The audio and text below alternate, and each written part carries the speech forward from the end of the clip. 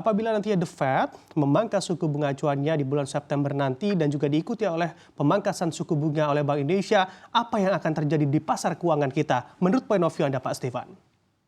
Ya, yang pertama tentunya imbal hasil di pasar obligasi ya akan mengalami penurunan. Jadi kita lihat di Amerika Serikat itu imbal hasil obligasi turun cepat sekali, di mana saat ini kurang lebih imbal hasil obligasi pemerintah Amerika Serikat US Treasury dengan tenor 10 tahun itu sudah ada di kisaran 3,6-3,7%.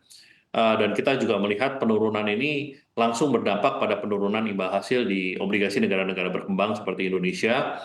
Kita melihat sekarang sudah turun ke level sekitar 6,6, 6,7, dan saya percaya dalam waktu dekat juga di 6,5%. Jadi memang ini dampak utama, pertama penurunan imbal hasil. Kita juga melihat bahwa terjadi pembalikan carry trade ya, kita lihat di global market yang semula investor yang melakukan skema carry trade yaitu pinjam uang di Bank Sentral Jepang dengan bunga yang sangat rendah, investasi di Amerika Serikat dengan suku bunga yang lebih tinggi ya. Jadi itu salah satu definisi sederhana carry trade. Ini sudah mulai terjadi pembalikan ya, karena imbal hasil di Amerika sudah mulai mengalami penurunan dan justru Bank Sentral Jepang menaikkan suku bunga.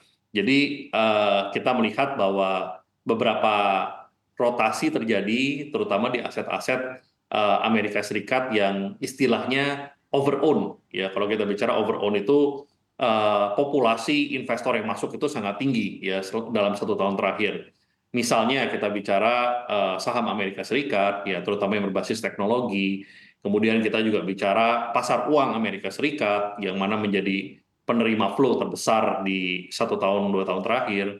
Kemudian juga ya salah satunya adalah obligasi di Amerika Serikat. Jadi terjadi reversal dan mulai mengalir pada aset-aset yang under own ya, seperti misalnya kita bicara Indonesia ya, kita bicara Indonesia under own. Contohnya pasar obligasi kita itu kepemilikan asing hanya 15%. Jadi kita bicara ini under own. Terutama juga kita bicara pasar saham kita yang kepemilikan asingnya sudah turun dari kurang lebih 60-70% 5-10 tahun lalu, sekarang hanya ada di angka sekitar 40%-an. Jadi saya bisa katakan kita sebagai pasar yang diuntungkan dengan penurunan suku bunga The Fed.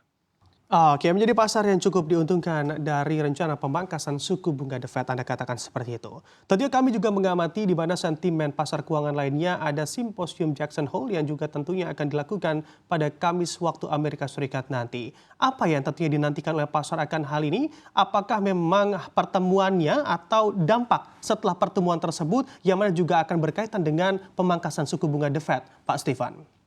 Ya, saya pikir pasar ingin konfirmasi, sudah jelas ya daripada Jerome Powell mengenai plan daripada penurunan suku bunga. Sebagaimana kita ketahui di minutes of meeting the Fed terakhir, memang anggota board daripada the Fed itu sudah relatif lebih dovish ya. Namun kalau saya melihat saat ini dinamikanya memang perubahannya sangat cepat. Kalau kita bicara di semester pertama tahun 2024, saya melihat pasar yang jauh lebih konservatif dibandingkan the Fed.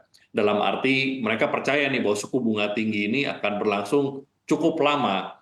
Tapi sekarang saya melihat justru pasar itu menjadi lebih agresif dibandingkan the Fed. Ya, jadi kalau kita lihat di konsensus itu estimasi penurunan suku bunga tahun ini mencapai 75 bahkan 100 basis point.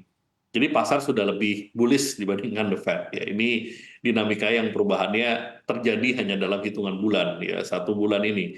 Sehingga ini yang tentunya ingin dikonfirmasi oleh para investor di simposium Jackson Hole.